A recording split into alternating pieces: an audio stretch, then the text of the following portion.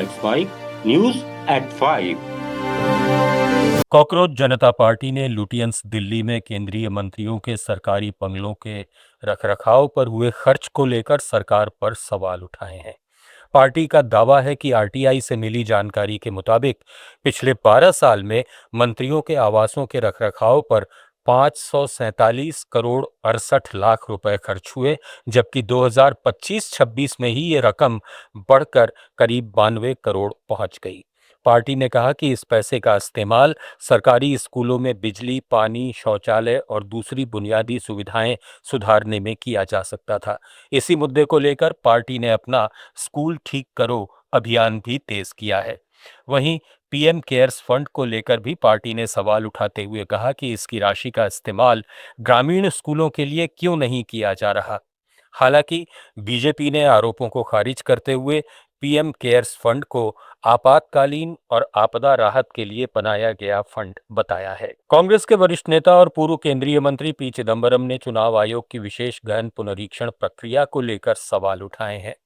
चिदंबरम ने पूर्व राजनयिक नवदीप सूरी के बयान का हवाला देते हुए दावा किया कि एसआईआर के बाद देश की करीब 10% वयस्क आबादी नागरिक तो रहेगी, लेकिन उसके पास मतदान का अधिकार नहीं होगा। यह संख्या करीब 10 करोड़ हो सकती है।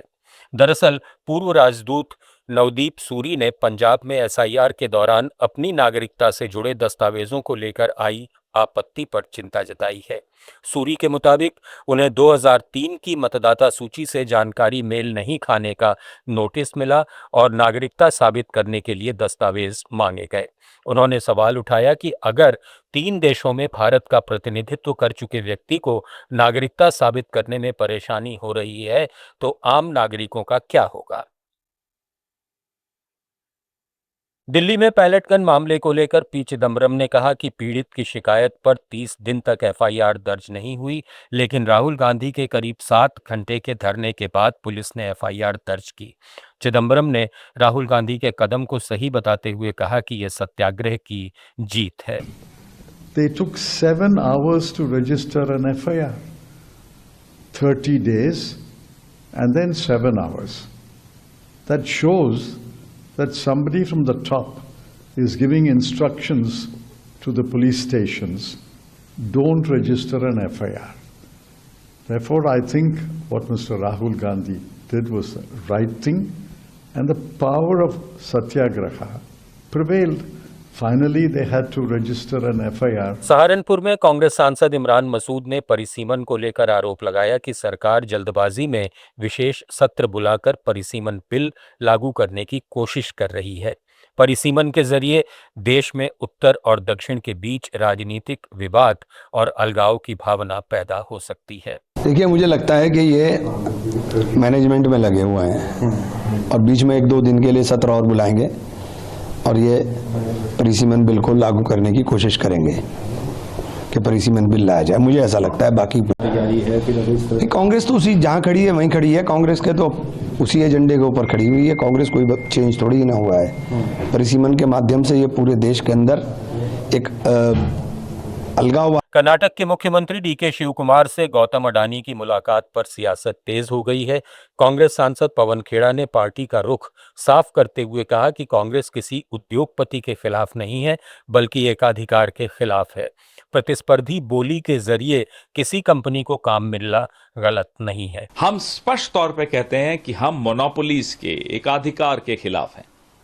हम किसी भी उद्योगपति के खिलाफ नहीं है, लेकिन हम किसी भी एक उद्योगपति का एकाधिकार हो जाए वो देश के लिए अच्छा नहीं, हमेशा ये कहते हैं। इसका मतलब नहीं है कि किसी राज्य में कोई L1 लेकर कोई कॉम्पिटिटिव बिडिंग से कुछ हासिल हो जाए तो वो गलत है। हम तो ये कभी नहीं मानते। केंद्र सरकार ने सिम कार्ड को लेकर नियम और सख्त कर दिए हैं। नए नियम आज से लागू हो गए हैं। हालांकि सिम रखने की मौजूदा सीमा में कोई बदलाव नहीं हुआ है।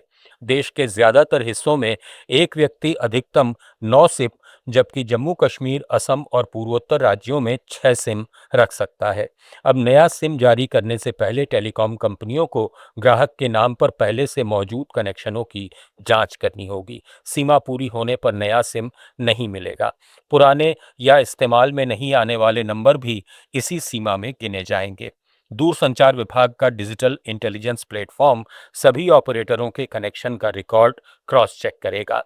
तय सीमा से ज्यादा सिम रखने वालों को अतिरिक्त नंबर बंद, ट्रांसफर या सरेंडर करने होंगे, वरना कार्रवाई की जा सकती है। 30 नवंबर के बाद ये व्यवस्था रियल टाइम में लागू होगी, जिससे सीमा से ज्यादा सिम एक्टिवेट ही नहीं हो पाएंगे। न्यूज़ एट 5 में फिलहाल इतना ही। बने रहिए लेट्स माइक के साथ।